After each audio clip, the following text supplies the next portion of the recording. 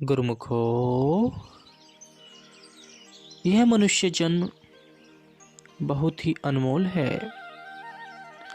यह जन्म 84 लाख योनियों की यातनाओं के सहने के बाद प्राप्त हुआ है और इस जन्म में प्रभु की भक्ति करना मनुष्य का पहला कर्तव्य है। पर मनुष्य इस संसार में आकर प्रभु की भक्ति को भूल जाता है और सांसारिक मोह माया के जाल में फंस कर रह जाता है। वह यह भूल जाता है कि यह जन्म कितनी पीड़ा कष्ट सहने के बाद मिला है और इस जन्म में प्रभु की भक्ति कर कर इस जन्म मरण के चक्रों से पार हो जाना है। परंतु मनुष्य माया के लालच में आकर माया के लालच में तृष्णा में फंस जाता है और अपने परम कर्तव्य को भूल जाता है। संत सूरदास जी का कथन है कि यह तृष्णा तो डायन के समान है। इसने तीनों लोकों को खा लिया और सातों समुद्रों का पानी भी पी लिया, किंतु इतने से भी इसका पेट नहीं भर पाया।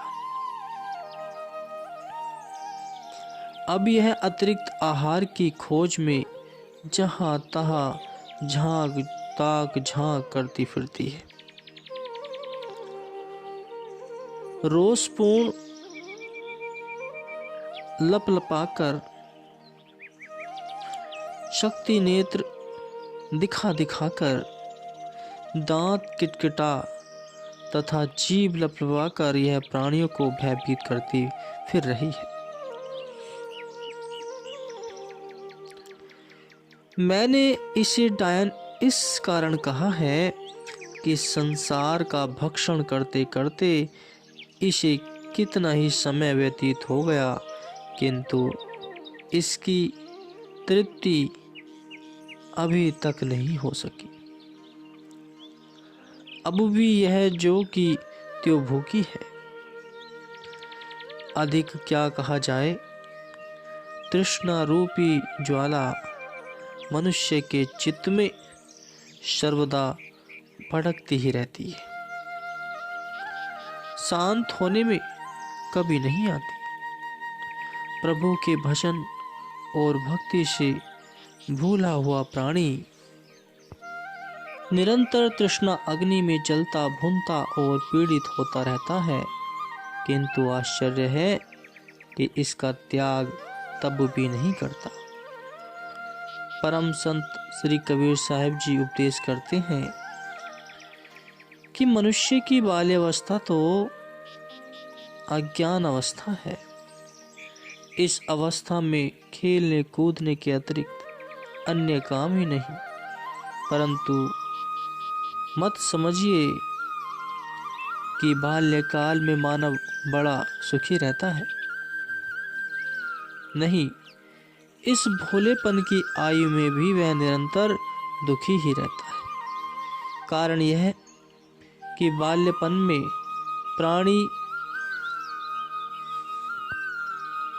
प्राणी अन्यों पर आश्रित रहता है। मन में बड़ी बड़ी कामनाएं सागर की तरंगे सी हिलोरे लेती हैं, किंतु उन्हें पूर्ण कर सकने की सामर्थ्य अपने में नहीं देखता। तो बालक का चित्त नदी की तरंगों तथा बंदर की उछल कूद से भी अधिक चंचल होता है। फिर चंचल चित्त में भला सुख कहां से आएगा। इस प्रकार यह अवस्था दुख में कटी। अब यौवन काल आया। यह अवस्था विपत्ति से कम नहीं है। शरीर के पुष्ट एवं सबल होने से मन की इच्छाएं वासनाएं भी प्रबल होती है। मन बारंबार विषय भोगों की ओर दौड़ता है। भांति भांति के रसों एवं भोगों के लिए जी ललायित होता है, परंतु सब प्रकार के भोग उपलब्ध हो जाने के उपरांत भी वासनाएं कम नहीं होती, अपितु बढ़ जाती हैं। भगवान श्री रामचंद्र जी ने मुनि वशिष्ठ जी के प्रति एक बार कहा था कि भगवान, युवा अवस्था विषयों की ओर घसीट ले जाने वाली, पाप एवं अनर्थ के कार्य कराने वाली तथा लोक परलोक के सुख का नाश करने वाली है। उन्होंने सत्य ही कहा था, क्योंकि यौवन काल में मानव वासना की दलदल में सिर से पांव तक धंसा रहता है। उसके बाद वृद्धावस्था का आगमन होता है। यह अवस्था बाल्य अवस्था और युवा अवस्था दोनों की अपेक्षा बुरी है। यह अवस्था मानो मृत्यु की अग्र सूचना है। मनुष्य का शरीर और शरीर के संपूर्ण अंग थक कर चूर हो चुके होते हैं। नेत्र देखने से, कान सुनने से और नासिका सूंघने से तथा हाथ पांव काम करने और चलने फिरने में असमर्थ हो जाते हैं। अपने पुत्र पुत्री अथवा बहू पोतों आदि के आश्रित होकर उनके हाथों का खिलौना बनकर रह जाता है। तो तात्पर्य यह है कि कर्म करने की उसमें सामर्थ्य नहीं रह जाती। इस प्रकार संतों ने कहा है कि यह जीवन मालिक की बंदगी किए बिना मेरी मेरी करते व्यतीत होती जा रही है। जीवन व्यर्थ ही मोह ममता में फंसा हुआ है। बाल्यावस्था के दिवस नादानी में बीत गए। युवावस्था में प्रभु की स्मृति बिल्कुल ही विस्मृत हो जाती है तथा हृदय में कोई ग्लानि या प्रायश्चित भी नहीं होता कि मैं अपना जन्म व्यर्थ गवा रहा हूं। जब वृद्धावस्था को प्राप्त होता है तब पश्चाताप करता है, परंतु तालाब सूखने के पश्चात उसके ऊपर बांध बांधने से क्या लाभ। जब फसल एकदम सूख गई, पौधा बिल्कुल मर चुका, तो खेत में पानी देने से क्या प्रयोजन। जब घोड़ा चोर चुरा कर ले गया तो उसका कवच संभाल कर रखने से क्या लाभ होगा। इसी प्रकार जब सिर चकरा रहा है, हाथ पैर कांप रहे हैं, आंखें देख नहीं सकती, जीवा कोई शब्द बोल नहीं सकती, तब अच्छे एवं शुभ कर्मों को स्मरण करना या बीते हुए समय का पश्चाताप करना सर्वथा निरर्थक है। इस अंतिम अवस्था में सुख की आशा करना व्यर्थ है। महापुरुष तो संसार के दुखों एवं क्लेशों का अनुमान करके चेतावनी देते हैं कि संसार की कीच में मत फंसो। आशा तृष्णा रूपी अनर्थ कारिणी डायन के जबड़ों से स्वयं को मुक्त कराने का प्रयत्न करो। संतों का कथन है कि आशा तृष्णा अथवा लोभ एवं मोह ही समस्त दुखों का मूल कारण है। तृष्णावंत जग में दुखी, आठों पैर कंगाल, जिन माया संतोष धन सो जन माला माल। अर्थात तृष्णानु प्राणी संसार में सदा दुखी रहता है। चाहे कितनी ही संपदा उसके पास हो, तथापि उसकी लोभ वृत्ति उसे आठों याम दीन दरिद्र बनाए रखती है। ऐसे धनवानों की तुलना में वे निर्धन प्राणी, जिनके चित्त में संतोष का निवास है, वे सदा सुखी रहते हैं, क्योंकि उन्हें संतोष रूपी धन प्राप्त है, जो सर्व सुखों का भंडार है। संसार का महान विजेता एवं पराक्रमी सम्राट सिकंदर एक बार किसी देश पर आक्रमण करने जा रहा था। उसके साथ अपार सेना थी। मध्य में सम्राट सिकंदर का अश्व था और सम्राट के दोनों ओर सेनाध्यक्ष तथा सम्राट के अंगरक्षक थे।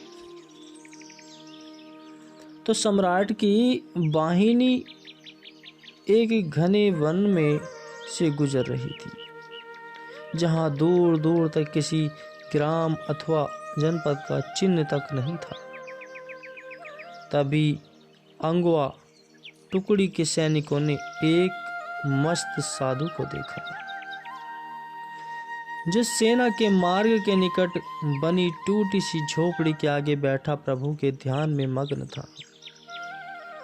मार्ग में दूर अथवा निकट के प्रजनों ने सम्राट सिकंदर के समक्ष उपस्थित होकर उसका अभिवादन किया था, किंतु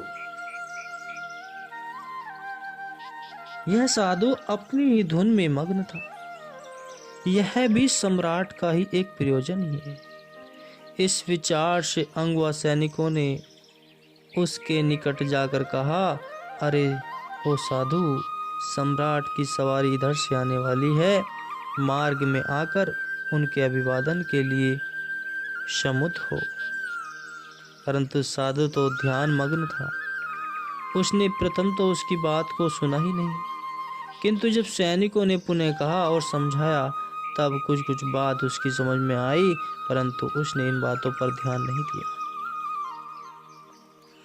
वह अपने स्थान पर पूर्वतः निश्चल बैठा रहा। सैनिक बार बार अपनी बात कहते रहे, पर वह वहां उनकी सुनता ही कौन था। जैसे जैसे सम्राट की सवारी निकट आती जा रही थी, सैनिकों ने साधु को पुनः चेतावनी देते हुए कहा कि अबे फकीर, क्या तू देखता नहीं कि विश्व विजयी सम्राट सिकंदर की सवारी आ रही है? आ रही है तो आने दो। साधु ने उपेक्षा भाव प्रदर्शित करते हुए उत्तर दिया। तो अरे पागल, उठकर सम्राट के समक्ष नतमस्तक हो और उनका अभिवादन कर। इससे क्या? सरल भाव से साधु ने कहा।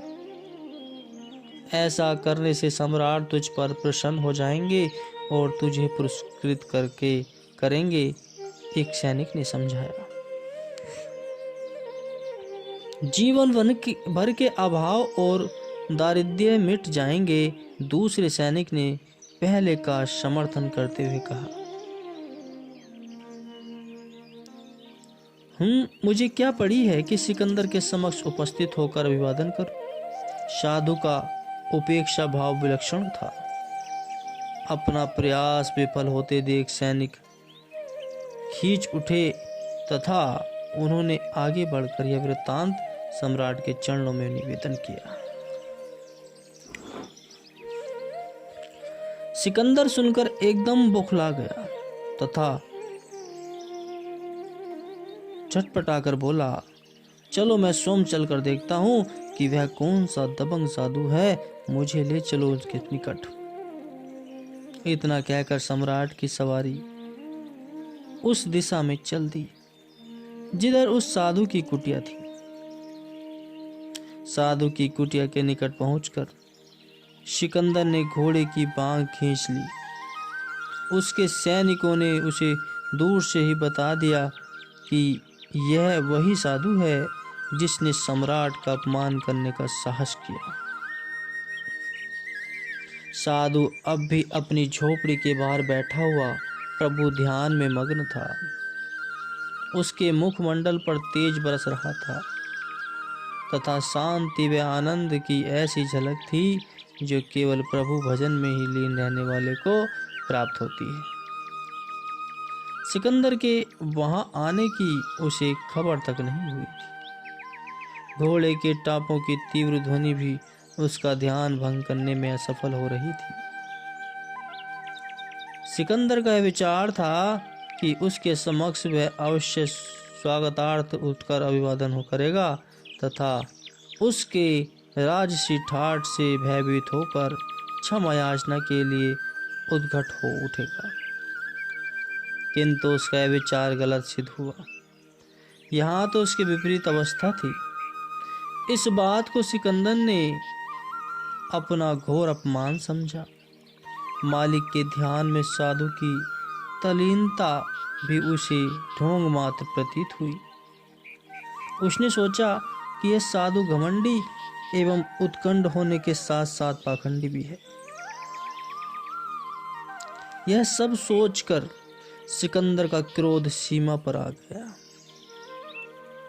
वह घोड़े से नहीं उतरा, वही घोड़े की पीठ पर बैठे बैठे ही उसने रोषपूर्ण उच्च स्वर से कहा, अबे ओ फकीर, अब यह ढोंग बंद कर और नेत्र खोल कर देख कि विश्व का महान सम्राट तेरे सम्मुख खड़ा है। परंतु साधु ध्यान की मस्ती में इतने खोए हुए थे कि सिकंदर की रोषपूर्ण आवाज भी उसके कानों तक न पहुंच सके। एक बार फिर सिकंदर ने कड़कड़ाती गरजती आवाज में अपने शब्दों की आवृत्ति दी, परंतु वहां कौन सुनता। साधु का केवल शरीर ही वहां था, उसकी आत्मा तो प्रभु चरणों में लीन थी। उत्तर देने वाला वहां था ही नहीं। इसी प्रकार सिकंदर ने 2-3 बार उच्च स्वर में पुकारा, प्रत्युत्तर में वह मौन था। अंततः उसने अपने सैनिकों को कुछ सचेत किया और संकेत किया। संकेत पाकर 1-2 सैनिकों ने आगे बढ़कर साधु को कंधों से पकड़ा और जोर से झकझोर डाला। साधु ने हड़बड़ाहट कर नेत्र खोल दिए। सिपाहियों ने कहा कि क्या तू बहरा है जो इतनी आवाजें लगाने पर भी उत्तर नहीं दे रहा। ध्यान में बाधा उपस्थित होने से आनंद एवं एकाग्रता की वह धारा टूट गई जो मालिक के नाम में निमग्न थी। साधु ने शुद्ध भाव से पहले तो अपने आसपास खड़े सैनिकों को देखा और फिर उसकी दृष्टि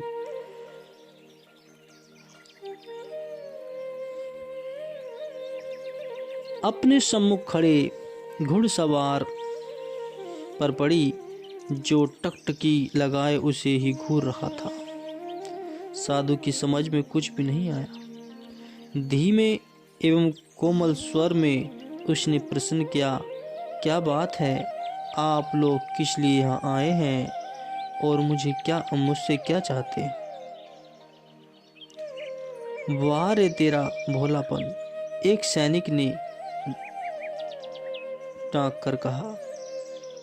अरे देखता नहीं, महान सम्राट सिकंदर तेरे सामने उपस्थित है। उठ और विधि पूर्वक इनका अभिवादन कर। यह सब करना मेरे लिए आवश्यक नहीं है। अत्यंत सरलता एवं गंभीरता पूर्वक साधु ने संक्षिप्त सा उत्तर दिया। आवश्यक क्यों नहीं है?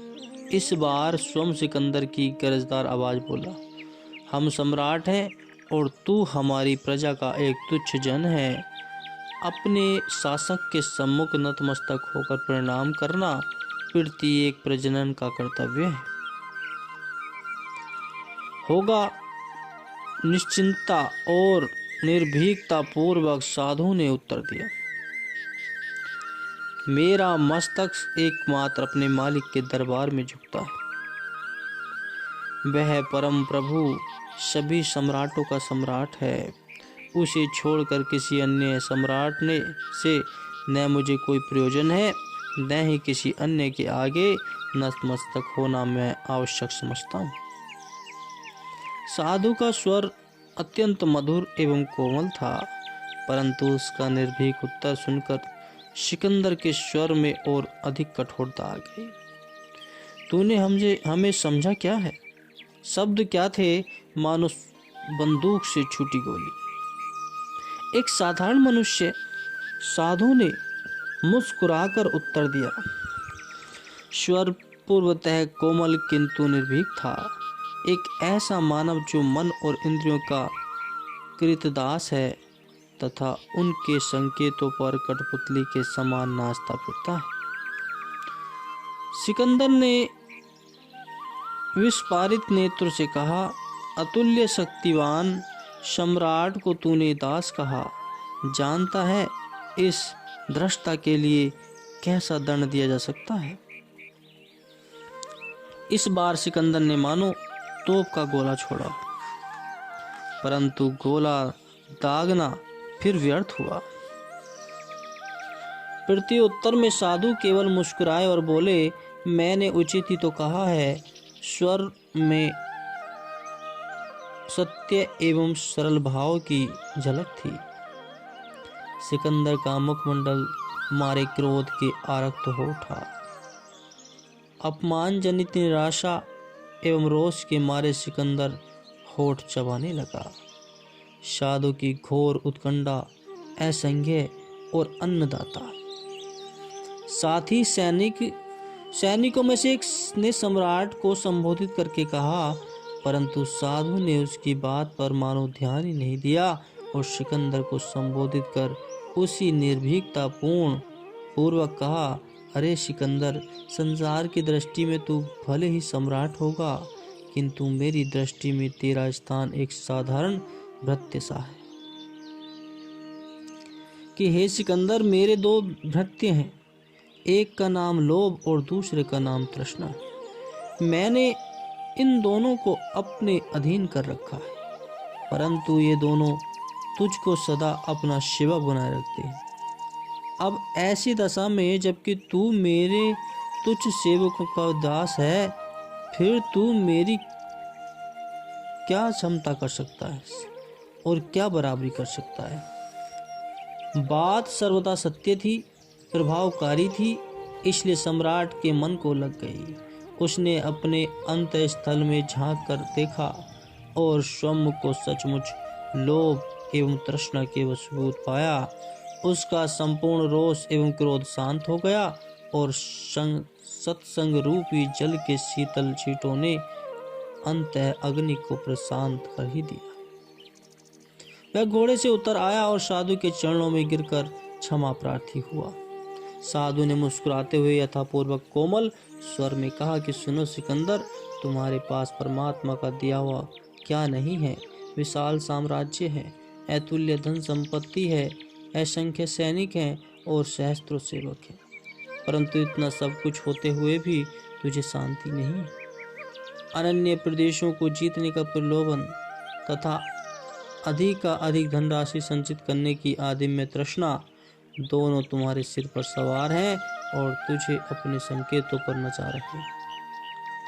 लोभ एवं तृष्णा के वशीभूत होकर तू इस समय एक अन्य प्रदेश पर बलपूर्वक अधिकार प्राप्त करने के लिए युद्ध करने जा रहा है। तुझे विश्वव्यापी सम्राट कौन कहता है? तू तो लोभ तृष्णा के हाथों की कठपुतली है। अब बता, मैंने क्या गलत कहा? सिकंदर के नेत्रों में लज्जा एवं ग्लानि के अश्रु भर आए और साधु के चरणों में सिर झुकाकर बोला कि आपका कथन सर्वदा सत्य है महाराज। सारा जगत मुझे विजेता सम्राट कहता है, परंतु मैं तो अपने मन पर व इंद्रियों को भी पराजित नहीं कर सका। मेरे विश्व विजयी कहलाने का पर धिक्कार है। सचमुच मैं सम्राट नहीं, मैं तो मन का दास हूँ। लोभ तृष्णा एवं अभिमान के हाथों की कठपुतली मात्र हूँ। उसके बाद सिकंदर ने अपनी सेना को पीछे लौट जाने का आदेश दिया। सहस्त्रों लाखों निरपराध प्राणियों का रक्तपान करके एक अन्य राज्य पर अधिकार प्राप्त करने के विचार को उसने अपने मन से बहिष्कृत कर दिया। कहने का तात्पर्य यह है गुरुमुखो कि जो लोभ एवं आशा तृष्णा व विजय प्राप्त कर जीवन यापन करता है तथा उसने अपने चित्त में समस्त सांसारिक कामनाओं का बहिष्कार कर दिया, वही वस्तु सम्राट का सम्राट है, क्योंकि उसके मन को वह शाश्वत शांति सुख एवं आनंद उपलब्ध है जो लोभ एवं तृष्णा के पंजे में फंसे हुए बड़े बड़े महाराजाओं को स्वप्न में भी कभी प्राप्त नहीं हो सकता। बोलो जयकारा, बोल मेरे श्री गुरु महाराज जी की जय।